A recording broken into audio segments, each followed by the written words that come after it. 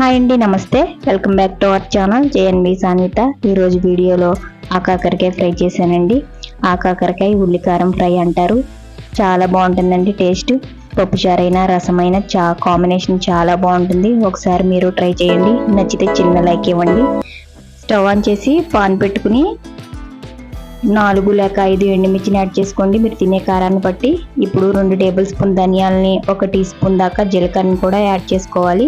వీటిని 1 నిమిషం పాటు ఫ్రై చేసుకోండి, గ్యాస్ లో ఫ్లేమ్లో పెట్టి. ఇప్పుడు 1 టేబుల్ స్పూన్ ఎండు కొబ్బరి ముక్కలను కూడా యాడ్ చేసుకుని కొంచెం లైట్గా వేడయ్యే వరకు ఫ్రై చేసుకోండి. ఇప్పుడు స్టవ్ ఆఫ్ చేసేసి ఒక మిక్సీ జార్లో వీటిని యాడ్ చేసుకోండి.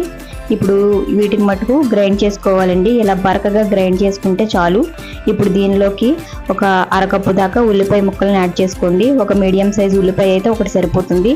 ఇప్పుడు దీన్ని కూడా ఇలా కోర్స్గా గ్రైండ్ చేసుకోండి. ఇలా గ్రైండ్ చేసుకుని పక్కన పెట్టుకుని మళ్ళీ స్టవ్ ఆన్ చేసి గిన్నె పెట్టుకుని 1/4 కప్ దాకా ఆయిల్ని హీట్ చేసుకోండి. ఇందులో 1 టేబుల్ స్పూన్ పచ్చిశనగపప్పు, 1 టీ స్పూన్ ఆవాలు, 1 టీ స్పూన్ మినపప్పు, 1 టీ స్పూన్ జీలకర్ర, కరివేపాకు యాడ్ చేసుకుని ఈ తాలింపుని ఫ్రై చేసుకోండి. ఈ పోపు ఫ్రై అయిన తర్వాత దీనిలోకి గ్రైండ్ చేసుకున్న ఈ ఉల్లికారాన్ని కూడా యాడ్ చేసుకోండి. ఇలా మొత్తం యాడ్ చేసేసుకుని ఈ ఉల్లికారం కొంచెం ఫ్రై అయితే చాలండి, మరీ ఎర్రగా ఫ్రై అవసరం లేదు. ఇలా ఫ్రై అయిన తర్వాత దీనిలోకి 1 tablespoon salt, 1 teaspoon దాకా పసుపుని యాడ్ చేసుకుని బాగా కలుపుకోండి.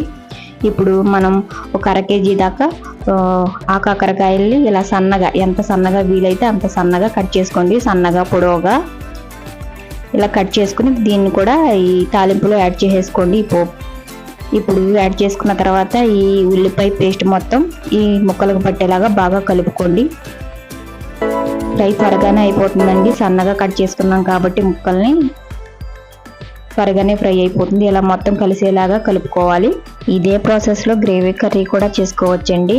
ఇక్కడ కొంచెం వాటర్ పోసుకుని కొంచెం నువ్వుల పొడి వేసుకుంటే టేస్ట్ చాలా బాగుంటుంది. ఆ వీడియో నెక్స్ట్ పోస్ట్ చేస్తాను. ఇప్పుడు బాగా కలుపుకున్న తర్వాత మూత పెట్టి ఒక 5 to 10 మినిట్స్ పాటు ఫ్రై చేసుకోండి. ఇప్పుడు మధ్య మధ్యలో చెక్ చేసుకోవాలి, ఆకాకరకాయ పీస్ ఉడికిందో లేదో చెక్ చేసుకోండి.